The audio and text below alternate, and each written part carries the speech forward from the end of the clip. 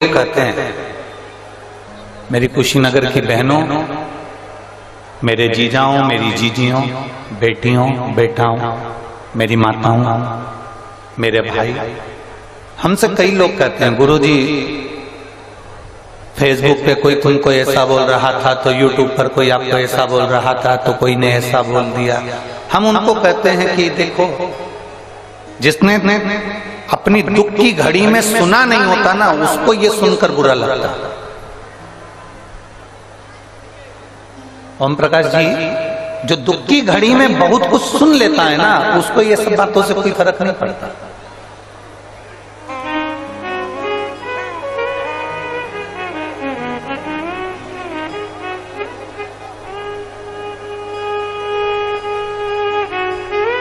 बहुत जो सुनता है, बहुत सुनता है, फिर बाद में उसको कोई कुछ भी कहे, उसको कोई फर्क नहीं पड़ता, कोई फर्क नहीं।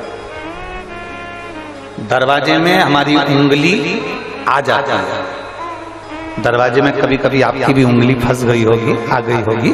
दरवाजे में अगर उंगली आ गई तो वो दरवाजे की उंगली इतनी सुन्न पड़ जाती है कुछ देर के लिए, उसको यूं भी करो तो मालूम नहीं पड़ता, क्योंकि उस पर इतना दबाव पड़ गया, इतना दबाव पड़ गया कि उंगली पर कोई असर होता ही नहीं। वो उंगली दरवाजे में इतनी दब गई कि उस पर कोई इफेक्ट पड़ ही नहीं रहा, कोई अंतर आ ही नहीं रहा, कोई असर आ ही नहीं रहा। ये उंगली पर दबाव पड़ा तो उंगली भी वजन को झेलने की आदत कर लेती है। उसी तरह जिसने अपने माता पिता के ताने को सुन लिया, पिताजी ने गाली बककर कह दिया, अपशब्द कहकर कह दिया, माँ ने ताने मारकर कह दिया, दो थप्पड़ लगाकर कह दिया। दुनिया के बच्चों को लगता है कि मेरे मम्मी पापा मुझे गाली देते हैं, अपशब्द कहते हैं, ताने देते हैं। दुनिया के लोगों को लगता है सास बहू को गालियां देती है, अपशब्द कहती है, ताने देती है। पर इतना अंदाजा रखना कि जिसने जिंदगी में आज सुन लिया वो आगे नहीं सुनेगा, और वो बहुत बोल्ड होता चला जाएगा, बहुत प्रबल होता चला जाएगा।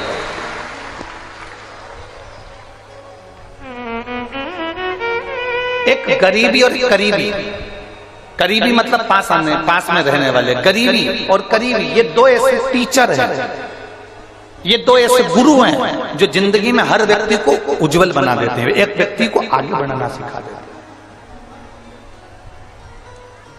गरीबी में तुमको रहने का तरीका आ जाएगा, गरीबी में तुमको खाने का तरीका आ जाएगा, गरीबी में तुमको पैसे बचाने का तरीका आ जाएगा, गरीबी में तुम्हें पहनने का तरीका आ जाएगा, गरीबी में तुम्हें रहने का तरीका आ जाएगा, गरीबी में तुमको ताने सुनने का तरीका आ जाएगा, गरीबी में अपशब्द सहन करने का तरीका आ जाएगा, गरीबी में तुम्हें ये मालूम पड़ जाएगा कि कौन अपना कौन पराया। और दूसरे नंबर पर होते हैं करीबी, ये भी किसी टीचर से कम नहीं होते, हमारे अपने, ये किसी शिक्षक से कम नहीं होते, ये उसमें के होते हैं कि वक्त पड़ने पर तुम्हें कब धोखा देकर आगे निकल जाएं और तुम्हें लात मारकर पीछे आगे निकल जाएं, ये पता नहीं पड़ता। तो गरीबी और करीबी ये हमेशा टीचर का काम करते हैं, गरीबी और करीबी ये हमेशा गुरु का काम करते हैं, गरीबी और करीबी ये हमेशा शिक्षक का काम करते हैं, ये हमको सीख देने का प्रयास करते हैं।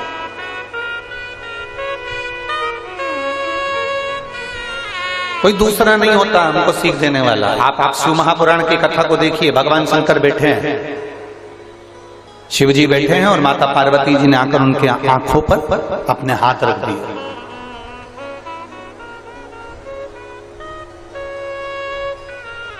भगवान शंकर जी के नेत्रों पर जैसी पार्वती जी ने हाथ रखा, हाथ रखते से शिव जी के नयन से अश्रु नीचे गिर गए।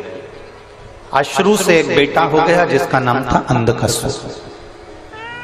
रसास्वादन अगर आप कर रहे हो, शंकर पर विश्वास कर रहे हो, भले शिव को आपको लगेगा शंकर जी के पास में क्या होगा, खुद कैलाश पर निवास करते हैं, भस्मी रमा कर बैठते हैं, जटाजूड़ बांध कर बैठते हैं, गंगा मस्तक पर चढ़ी होती है, स्वयं के पास में बेलपत्री है, धतूरा है, भृंगी श्रृंगी भृंगी आदि आदि गण है, पर शिव जी के पास में क्या नहीं है, सारे भाग्य को पलट सकता है मेरा भोलेनाथ, मेरा विष्णु।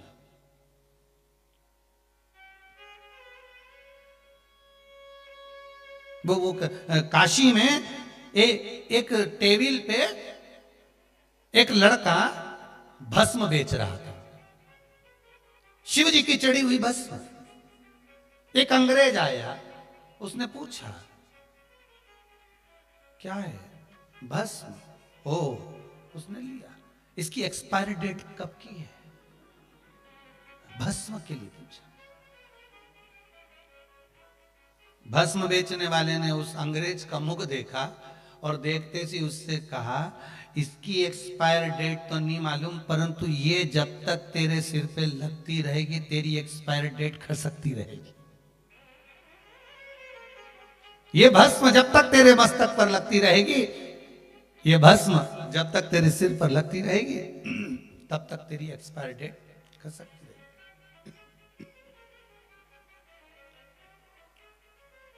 ये त्रिपुंड, तिलक, बिंदी, भगवान के चरणारविंद का चंदन, जल हम मस्तक पर चढ़ाते ही क्यों हैं?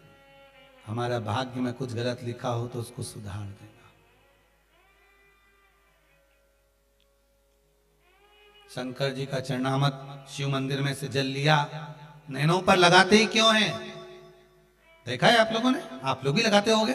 जितने आस्था पर कथा सुन रहे हो, जितने मोबाइल पर सुन रहे हो, शिव मंदिर में जाते होगे, जल चढ़ाते होगे, आंखों पर लगाते होगे। क्यों लगाते हैं? किस लिए लगाते हैं? कि जिस दर्शन को मैंने करा है, जिस दर्शन को मैं कर रहा हूं, जिस दर्शन को मैं कर रही हूं, जिस भाव से मैं भगवान का दर्शन कर रही हूं, उस भाव से मैं जो भगवान का दीदार कर रही हूं, दर्शन कर रही हूं, वो भगवान का दर्शन का सुख मेरे नैनों में समा जाए, मेरे नैनों में समा जाए, और वो दर्शन मुझे नित्य होता रहे। नंदनवन से भगवान शिव पार्वती को लेकर नंदनवन की ओर गए।